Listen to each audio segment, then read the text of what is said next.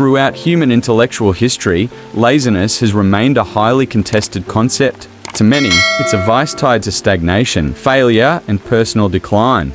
Yet for countless philosophers, writers, and scholars, laziness is not merely a weakness to be eradicated, but a complex reaction to modern pressures and sometimes a necessary path to self-renewal. So what is laziness truly?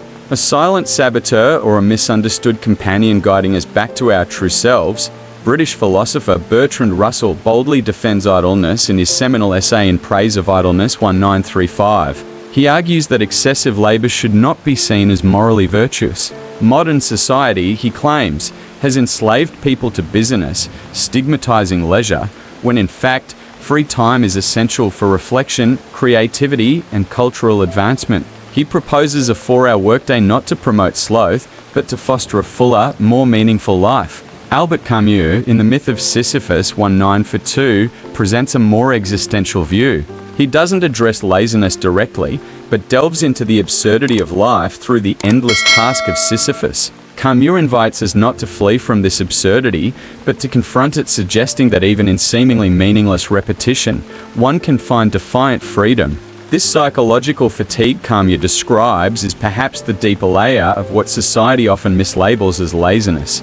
Michel de Montaigne, with a more traditional stance, warns against laziness in his essay Against Laziness. For Montaigne, idleness, especially among those with societal or political responsibility, is a breeding ground for mental decay and moral collapse. In stark contrast, American writer Christopher Morley embraces laziness in On Laziness, defending the deliberate choice to do nothing as a form of wisdom. In a world obsessed with productivity, Morley praises the quiet power of slowing down to listen, to think, and to save a life beyond utility. Benjamin Franklin, emblem of American industriousness, held the opposite view. In The Way to Wealth, he deemed laziness the root of poverty and failure. For Franklin, discipline, hard work, and frugality are non-negotiable virtues for success. Pierre Saint-Amand's The Pursuit of Laziness offers a provocative lens, laziness as political defiance. In post-revolutionary France, he notes, thinkers used the lazy figure to subtly critique a society obsessed with efficiency and control. Here, laziness becomes an act of reclaiming personal freedom. Garrison Keillor, in a Time magazine piece, reflects on how doing nothing became a spiritual sanctuary after surviving heart surgery. For him, laziness wasn't avoidance, it was restoration. It allowed him to hear the quiet truths of his soul, muffled by daily hustle.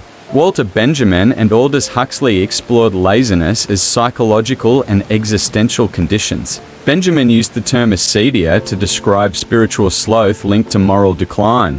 Huxley described laxity as a cold indifference, leading to emotional numbness and lack of purpose. Arthur Crystal, in Who Speaks for the Lazy, confesses that he feels most at peace when being lazy.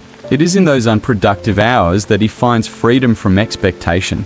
Yet, he warns, laziness without inner clarity can also breed doubt and a sense of lost purpose. Despite their differing views, all these thinkers converge on a profound truth: laziness is not simply an enemy or a savior. It is a signal, a complex interplay between human nature and societal pressure. Sometimes a warning, sometimes a gift.